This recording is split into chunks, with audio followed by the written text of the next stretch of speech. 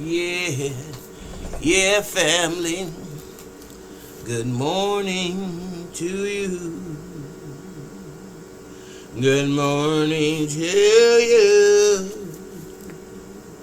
Hey, family. Good morning. Good afternoon. Good evening to you. And welcome to the place I call the mental house. Also, we decided to play around with something different. Free your soul. So this is now the Free Soul channel. And I'd like to. It's also the second day of what we call Negro history, right? So I have to take my time and allow certain amount of time to pass so I can bring this forth. Actually, the information I'm bringing you is from one of the bestsellers. It's on the bestsellers list. Essence Magazine, BET, when it was really BET.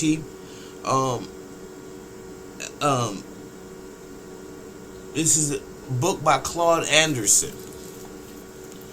And it's called, can you see it? It's called Dirty Little Secrets. Okay? Dirty Little Secrets about Black history, its heroes, and other troublemakers. Because you know that's what it's about. But I declare the day is the day for all of y'all. Start telling people how you really feel, especially if they're Caucasian. Tell the truth. You cannot walk around with them lies bent into you anymore. You've been carrying them around for however long you are. I'm not talking about Generation X because they don't give a fuck. I'm not talking about them. Or these Gen Zers. Okay? I'm talking about a lot of, I'm a boomer. Well, yeah, I'm a boomer, as they say. And if it means anything, then there's generation up under me. Let's see, I got a millennial, and they still do pretty much like the generation before them. I don't know, those millennials are pretty crazy. So, but what I'm saying is, every generation has got its own price to pay, right? And we know this, man. And since we know it, we got to behave like we do, because knowledge is power. And all jokes aside, knowledge is power. And my people will perish for their lack of knowledge. So what we want to do is bring you up to speed, okay? And I'm going to give y'all, it's the shortest month. I missed the day yesterday, so I'm going to have to bring a couple of them because I wanted to do a tidbit every day for Black History Month. So, let's make it real plain. I'm going to start this first brief information, and it's called High Office Holders, which we know, held slaves. Many of America's historical public figures were colorblind to blackness. It's the same shit as today. That's the reason why I'm bringing this, is because we should all be tired of this, black and palm color, because ain't no such thing as white. Let's just keep it real. That's just a fucked up construct that's got them delusional just as well as it's got us delusional. Okay, so here what we gonna do. We're gonna break this down and let you know how ridiculous y'all been on the planet, the people that you belong to. Okay, that's for my Caucasian brothers and sisters. Many of America's historical public figures were colorblind to blackness and became slaveholders.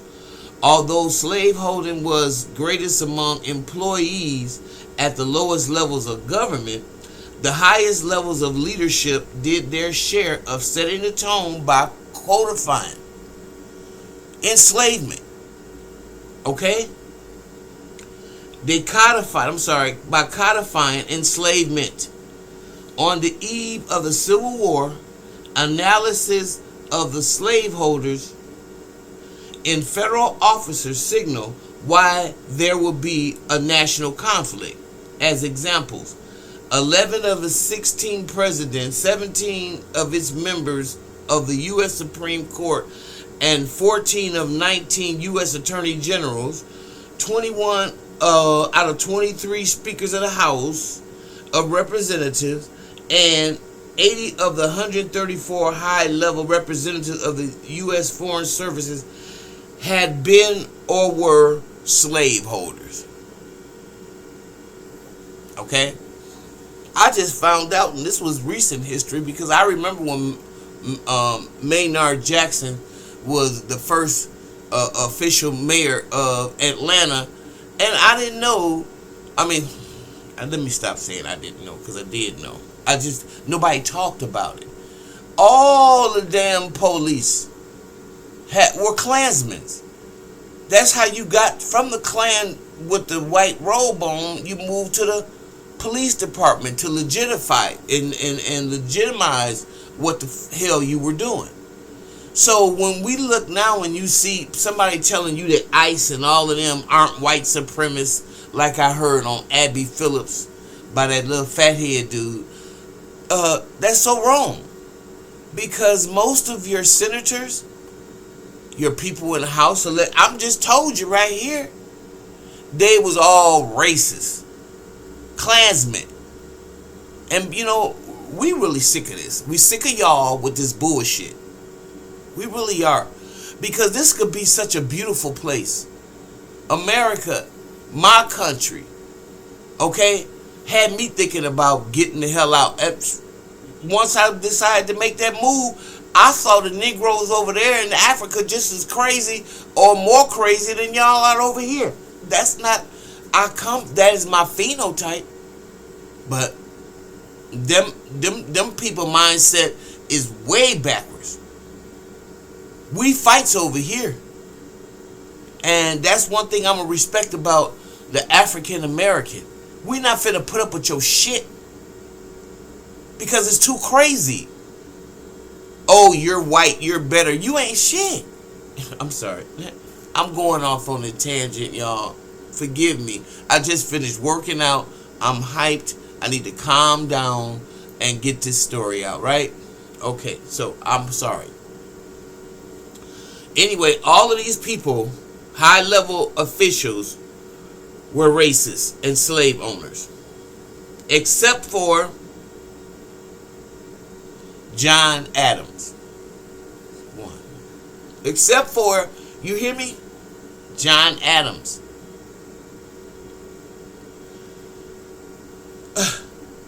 Popular leadership was willing to use the language of freedom and liberty, or even willing to fight the wars against tyranny, but they were unwilling to abolish slavery or racial inequality in America.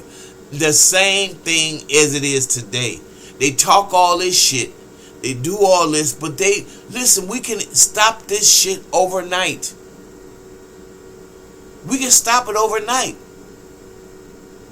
If you start, listen, you didn't even put Trump in jail for all the shit he did. Black people knew that it was a wrap. And fair-minded white people knew it was a wrap. It was like having a badass kid. Once you don't hold nobody accountable for their bad behavior, then they're going to continue. And you got the nerve to be putting people in jail. You have been the so-called Khalifa. If you don't know what that means, look it up. On the planet, you got the nerve to be adjured the responsibility of putting people in jail, and you are the biggest criminal it is? Somehow, some just ain't right. That ain't right. And it's got to change. Ain't gonna be in my lifetime, but I'm gonna tell you, right behind me, they ain't putting up with it.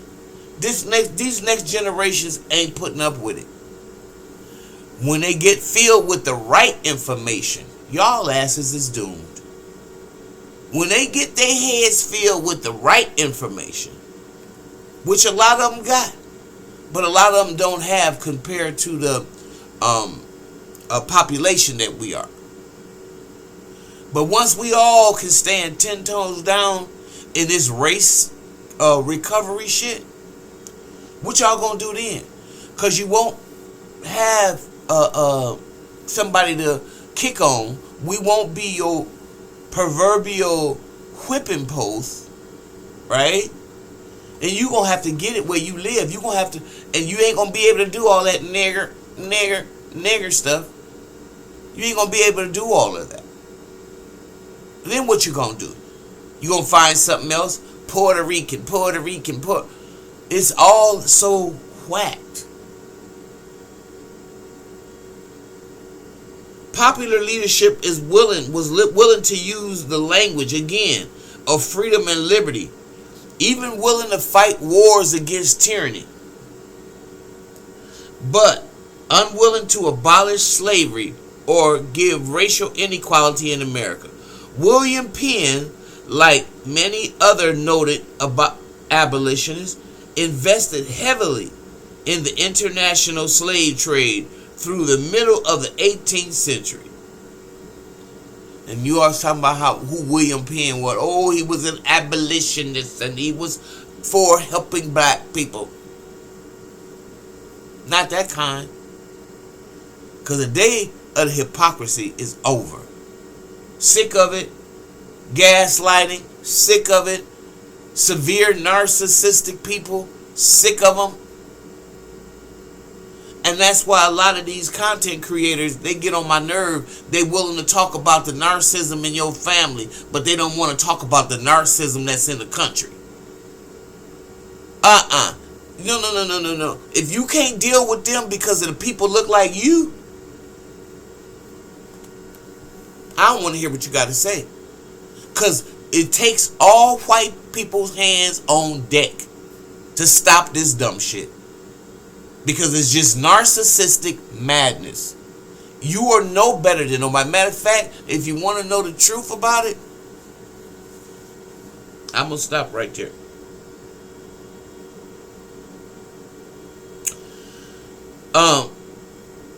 Obviously, prophets overwhelmed humanitarian concerns and racial injustice, just like today, you guys. But at least a spouse disagreed with her slave-owning husband, who was an extremely visible and popular slaveholder. Abigail Adams wrote to her husband John in 1774 and expressed, "I wish that there was not a black slave in Providence. It always appeared the most iniquitous scheme to me to fight ourselves for what we are daily robbing and plundering from those who have as good of a right to freedom as we have."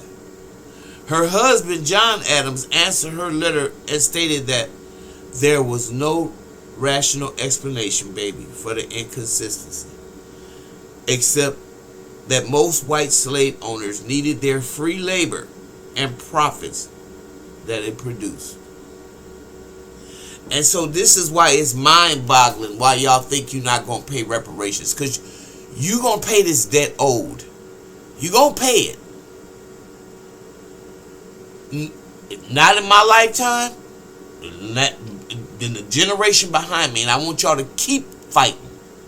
Who these people are to think you're going to forget about the free labor that you've given them for 400 years, but you got to listen to Jewish people talking about this shall never happen again. Never again. Well, we need to say like the Jews, never again. This is my first installment of Black History Month right here on the channel. And do what in which you will. Learn something. Make something count. And I'll see you in the next video.